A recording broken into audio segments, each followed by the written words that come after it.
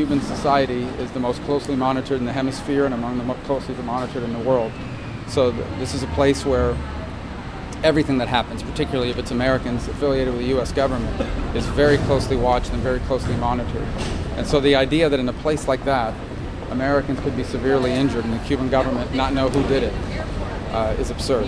Bottom line is, you cannot set the precedent that American personnel can be attacked and severely injured abroad, forcing us to draw down our presence in that country, yet the country responsible for their safety and security gets to keep their full complement of presence in our country.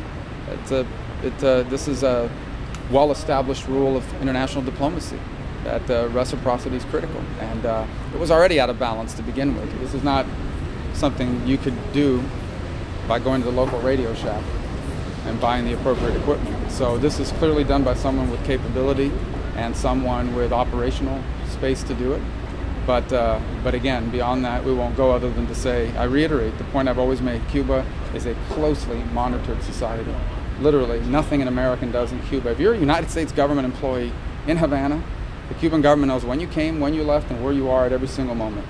The idea that in an environment like that, like Cuba, especially in Havana, 22 Americans could be attacked and the Cuban government not know who did it is absurd.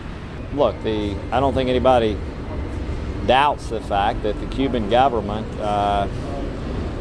from an intelligence agency standpoint, has, they have control of their island. Okay, nobody's accusing them necessarily of having done this. Okay, there could be rogue elements within the administration, but what we are saying is we know you guys have the ability to figure this out. Okay, but one thing they're not deficient on is intelligence gathering. Okay, they know everything that's going on inside that country, and so what we've said to them is, look, we're not saying it's you, but what we're saying is we want it ended, and we want you guys to figure out a way of ending it. You control the island, we know that. End it.